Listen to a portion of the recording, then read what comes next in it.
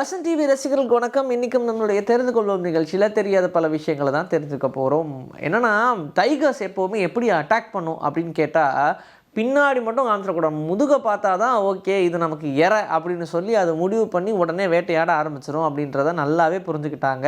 எப்போனா, மக்கள் எல்லாருமே திரும்பி இருக்கும்போது டைகரை பார்த்து ஃபேஸ் டு ஃபேஸ் இருக்கும்போது டைகர் அட்டாக் பண்ணுறது ரொம்ப கம்மியாக இருக்குது அப்படின்றத புரிஞ்சுக்கிட்ட பெங்காலில் இருக்கக்கூடிய பீப்புளெலாம், பெங்காலில் இருக்கக்கூடிய காடுகளில் தேனை எடுக்க போகிறவங்க நிறையா பேர் இந்த மாதிரி புலியால் அட்டாக் ஏற்பட்டு அவங்க இறந்துடுறாங்க அப்படின்லாம் சொல்லிக்கிட்டு இருந்தாங்க.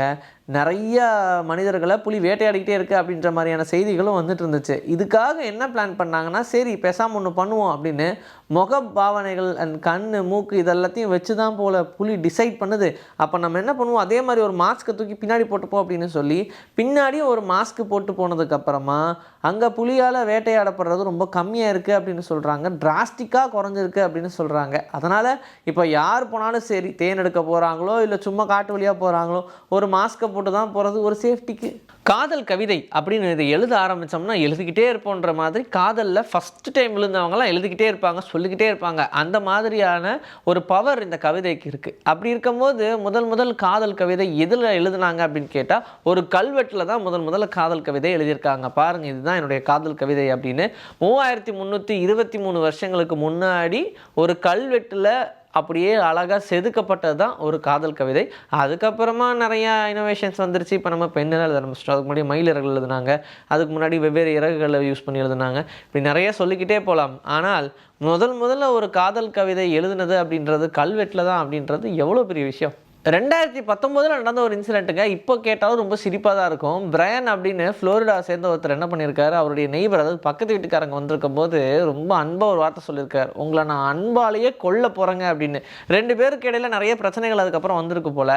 நான் ப்ராமிஸ் பண்ண மாதிரியே உங்களை அன்பால் கொள்கிறேன் பாருங்க அப்படின்னு சொல்லிட்டு அவங்கள போட்டு தள்ளுறதுக்கு பிளான் பண்ணியிருக்காங்க. அதுவும் எப்படி, போட்டு தள்ளுறதுக்காக வச்சுருந்த கத்தியில் கைண்ட்னஸ் அப்படின்னு எழுதினாங்க, தான் அன்பு அப்படின்னு எழுதிட்டு அதுக்கு ஒரு பேரை வேற வச்சுட்டு அதை வச்சு நம்ம பேசாமல் போட்டு தள்ளிடுவோம் அப்படின்னு சொல்லி ட்ரை பண்ணியிருக்காங்களாம். அதிர்ஷ்டவசமாக அவங்க தப்பிச்சிட்டாங்க. அதுக்கப்புறம் போலீஸ் அவங்கள அரெஸ்ட் பண்ணிட்டாங்க.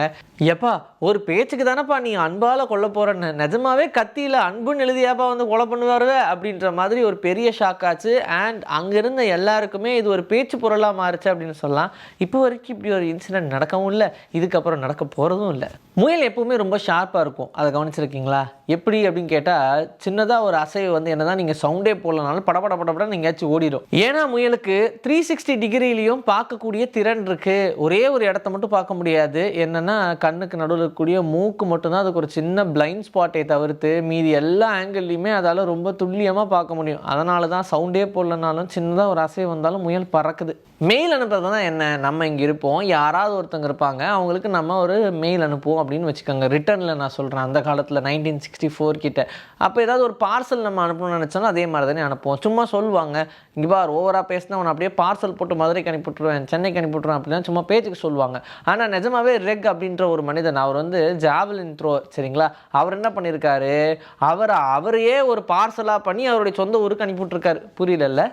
ஆஸ்திரேலியாவிலேருந்து லண்டன் ரெக் அப்படின்றவர் அவரே ஒரு பார்சலை பண்ணுறேன்னு சொல்லி அவரையே பார்சல் பண்ணி முன்னாடியே அந்த ப்ரொசீஜர்லாம் முடிச்சு பாக்ஸ்குள்ளே போய் உட்காந்துட்டாரு. 63 மணி நேரம் ட்ராவல் பண்ணி அவருடைய டெஸ்டினேஷனை ரீச் பண்ணியிருக்காங்க. எப்பா, ஒரு மனிதனால் இப்படிலாம் யோசிக்க முடியுமா? அவரால் பிளெயின் டிக்கெட் வாங்குறதுக்கு அப்போ காசு இல்லை, அஃபோர்ட் பண்ண முடியாது அப்படின்றதுனால அவர்கிட்ட இருக்கிற காசை வச்சு ஊர் வந்து சேரணுன்றதுனால இந்த ஒரு பிளான் பண்ணாங்க. பட் இதை கேட்டு இதை பார்த்தவங்க எல்லாருமே பயங்கர ஷாக் ஆனாங்க. ஏன்னா 63 மணி நேரம் எப்படிப்பா அப்படியே உட்காந்துட்டு வந்தார் அப்படின்னு. இது நிஜமாவே ஒரு ஷாக்கிங்கான விஷயம் தான். இன்றைக்கி நம்மளுடைய தெரிந்து கொள்வோம் நிகழ்ச்சியில் தெரியாத பல விஷயங்கள் தெரிஞ்சுக்கிட்டோம். இதே மாதிரி சூப்பரான கண்டென்ட்டோட உங்களை நான் வந்து சந்திக்கிறேன். This is bye from Vijayasri. Take care.